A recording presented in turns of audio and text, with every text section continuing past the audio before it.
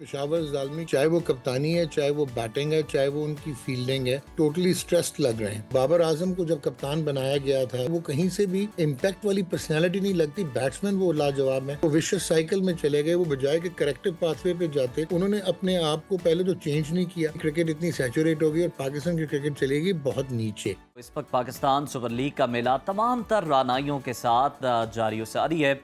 एक ट्रॉफी है और 6 टीमें हैं जो कि ट्रॉफी उठाने के लिए बेताब हैं, लेकिन मुकाबला बहुत कड़ा है। गुज़श्ता रोज़ PSL 10 का 5वां मैच इस्लामाबाद यूनाइटेड और पेशावर ज़ल्मी के दरमियान खेला गया।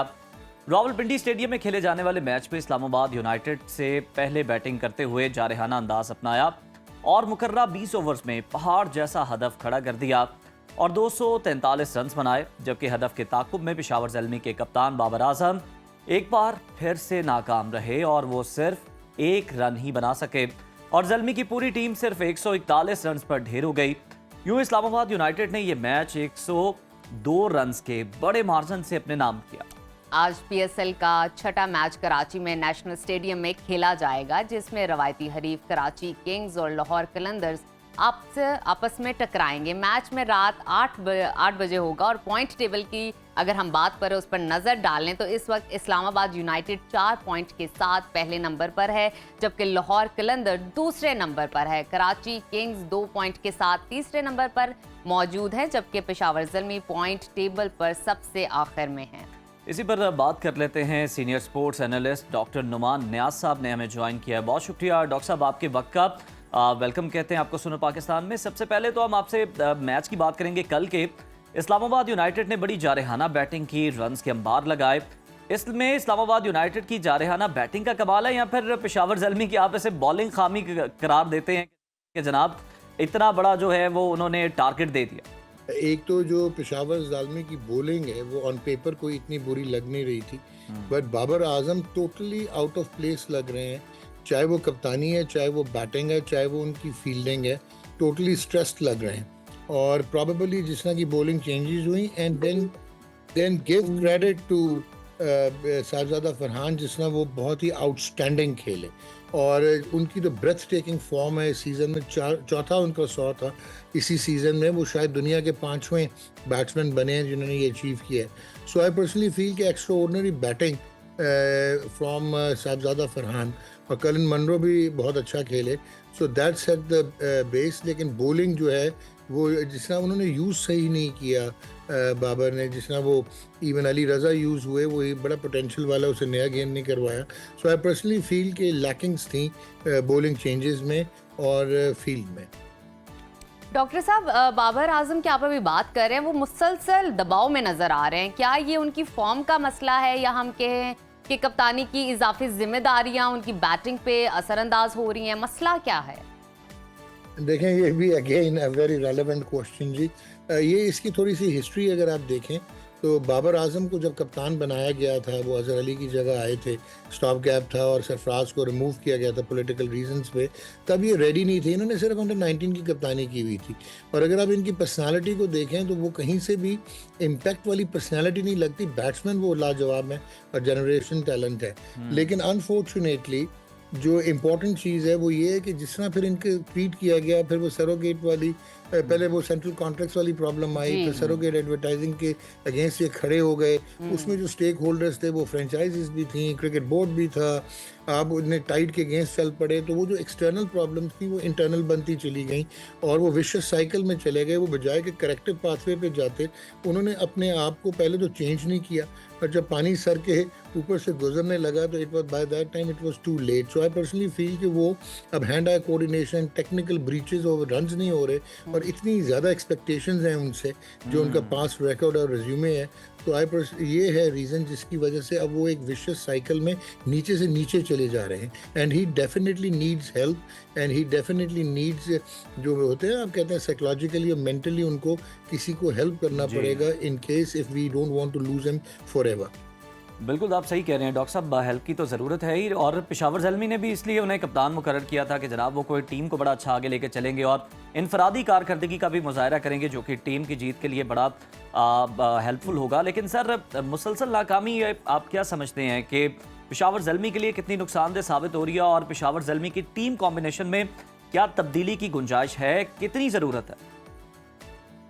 आपने बहुत अच्छी बात की है।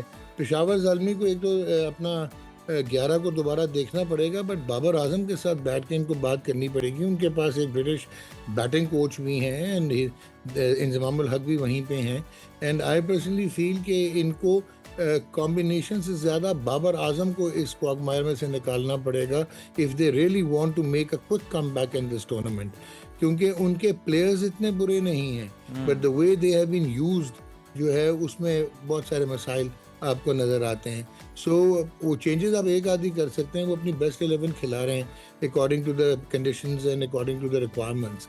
लेकिन ये बाबर का फैक्टर बहुत बड़ा उनको है, और साइम अयूब हैं उनके पास, लेट्स होप, और फिर हारिस जिसने कल खेले हैं। और मुझे ये नहीं समझ आ रही कि बाबर को प्रेशर किस चीज़ का है, क्योंकि वो कप्तान हैं, और यहाँ तो होना जिसना पाकिस्तान टीम में उनके आगे या पीछे कोई होता नहीं, इन एब्सेंस ऑफ अभी साइम भी नहीं थे और फ़खर भी नहीं थे। लेकिन इस टीम में तो पेशावर ज़ालमी में उनके पास 2 ऐसे बैट्समैन हैं जो कि ये अगर एक शीट एंकर का रोल अदा करें और वो रैली राउंड करके वो ले जाएंगे। सो बाबर इज़ अ की फैक्टर इन पेशावर ज़ालमी, और वो मेक और ब्रेक हो जाएगा इस फ्रेंचाइज के लिए। बिल्कुल ठीक। हमें ये बताइए, आज से पीएसएल रावलपिंडी से कराची मुंतकिल हो रहा है। कराची की पिच और मौसम का किरदार रावलपिंडी से कितना मुख्तलिफ हो सकता है? क्या पॉसिबिलिटीज़ निकल सकती हैं? बहुत अच्छा क्वेश्चन जी आपका। एक तो क्राउड की डिसइंचेंटमेंट जो है ना, वो ओवरऑल पीएसएल पे इम्पैक्ट डाल रही है कराची। आपने देखा इवन चैंपियंस ट्रॉफी में कराची के लोग देखने नहीं आए। जी हाँ। क्या वजूहत हैं? एक तो आपके पास अब हीरो वर्शिप खत्म हो गई, हीरोज नहीं, आप कनेक्ट नहीं कर पाते आम पॉपुलेशन। एंड सेकेंडली क्रिकेट इतनी सैचुरेट हो गई और पाकिस्तान की क्रिकेट चलेगी बहुत नीचे, जिसकी वजह से, क्योंकि कराची जो है वो ऑब्वियसली कॉस्मोपॉलिटन है, और वहाँ के जो लोग हैं, अवाम है, जो लोग स्पेक्टेटर्स हैं, वो ज़्यादा सेवी हैं एज़ कम्पेयर टू रावलपिंडी, अगर मैं ये इसना कंपेयर करूँ। सेकेंडली जो इंपॉर्टेंट चीज़ है, वहाँ पे थोड़ा स्लोअर साइड पे मैच होना चाहिए, क्योंकि जो कराची की पिच है, you just can't compare it with what we saw batting paradise हमें नज़र आई रावलपिंडी में, एज वेल एज जो हमने लाहौर की भी पिचेस देखी हैं वो एक्स्ट्राऑर्डिनरी थी चैंपियंस ट्रॉफी में। तो ये 200 वाला शायद नहीं होगा। एंड लेट्स होप के एक बेहतर जो है हमें मैच देखने को मिले। टीमें दोनों अच्छी हैं, लाहौर कलंदर एंड कराची किंग्स, लेकिन टेम्पो में तो शिफ्ट आएगा, और फिर जब क्राउड ना हो तो वो रज़माटाज, वो चाम, वो ख़त्म हो जाएगा। बिल्कुल सही है। और इसमें और भी बहुत सारी रीजंस हैं। मतलब अहलिया ने कराची से जब बात होती है तो वो कहते हैं कि जी थोड़ा सा और भी मसाइल है, हम जब यहाँ पे आते हैं तो वापसी पे फिर हमारी बाइक्स हमें मिलती नहीं है। डॉक्टर साहब, ये एक सेपरेट इशू है। आज के मैच की हम कराची किंग्स और लाहौर कलंदर्स की ही बात करते हैं। आपने बताया कि दोनों बड़ी ज़बरदस्त टीमें हैं। इस रिवायती मुकाबले को आप कैसे देख रहे हैं, और आप क्या समझ रहे हैं किस टीम को एज हासिल होगा ज़्यादा? आपको कौन सी टीम फेवरेट लग रही है?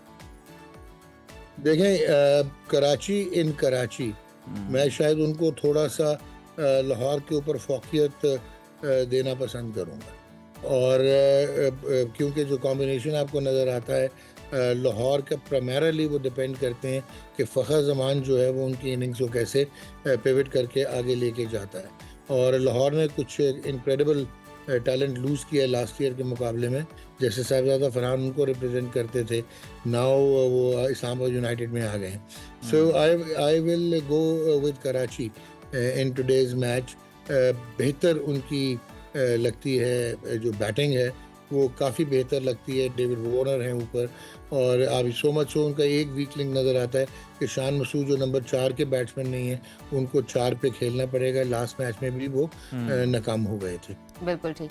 डॉक्टर साहब, अगर हम पॉइंट्स टेबल की बात करें तो हम देख रहे हैं कि इस्लामाबाद यूनाइटेड सर फहरिस्त है। क्या आप समझते हैं कि ये टीम इस बार टाइटल की सबसे मजबूत उम्मीदवार है, या आप ये समझते हैं कि अभी तो और भी बड़े इम्तिहान हैं? बिल्कुल जी, अभी बहुत इम्तिहान है, इट इज़ टू प्रीमेच्योर। लेकिन इस्लामाबाद यूनाइटेड के बारे में आपको मैं ज़रूर ये कहूँगा, जो मेरी ऑब्जर्वेशन रही है, इनकी जो मैनेजमेंट है और इनके जो ये लड़के ड्राफ्ट करते हैं, दे हैव बीन ब्रिलियंट। वो बहुत आला टैलेंट पिक करते हैं और बहुत तगड़ी टीम बनाते हैं। And that is the reason 3 championships को वो जीत चुके हैं already. So they will be one of the favourites, लेकिन इट्स टू प्रीमेच्योर। अभी बहुत सारी टीमें जो हैं, हो सकता है कोयटा अभी एक मैच हारी है, लेकिन कोयटा के पास भी काफ़ी स्किल बेस्ड और वो जो कि आप कहते हैं ना रेलेवेंट स्टॉक है। तो लेट्स सी कि कौन है, लेकिन Islamabad United is one of the better team, जिस तरह वो सिलेक्ट करते हैं, जिस तरह वो यंगस्टर्स को अपॉर्चुनिटी देते हैं और शोकेस करते हैं टैलेंट को। डॉक्टर साहब PSL 10 की अगर अब तक की हम सूरत हाल की बात करें, अगर आपको किसी एक टीम और एक खिलाड़ी का नाम लेना हो जिन्होंने अपनी गैर मामूली कारकर्दगी से सबको हैरान किया हो, तो वो कौन होंगे? अच्छा, गैर मामूली कारकर्दगी ने तो नहीं है, लेकिन एक लोकल टैलेंट में यंगस्टर जो इमर्जिंग है वो एक तो अली रजा बहुत आला लगा हमें। ये पेशावर ज़ालमी से कल उसको मार ज़रूर पड़ी because he was not used properly, but वो बहुत आगे का बॉलर लग रहा है, फ्यूचर लग रहा है। उसकी जो सीम पोजीशन है, जो उसकी बायो मैकेनिक्स हैं, जिसमें वो भागता है, वो है। और बाकी अगर आप फॉरेन कास्ट को देखें तो वो जो बैटिंग में उन्होंने तो फारिग कर दिया है अपने हमारे लोकल प्लेयर्स को, with the exception of Sahibzada Farhan, और कुछ अच्छी इनिंग्स हमने देखी फ़खर से और साउथ शकील से। सो लेकिन आई पर्सनली फील कि जेम्स विंस इस वक्त तक वो स्टर्टलिंग इनिंग्स खेले थे जो खुशदिल शाह के साथ उनकी पार्टनरशिप हुई थी, उसमें James Vince was absolutely outstanding. बिल्कुल ठीक है, बहुत शुक्रिया। एक्सपर्ट ओपिनियन आप दे रहे थे डॉक्टर नुमान नियाज़ साहब।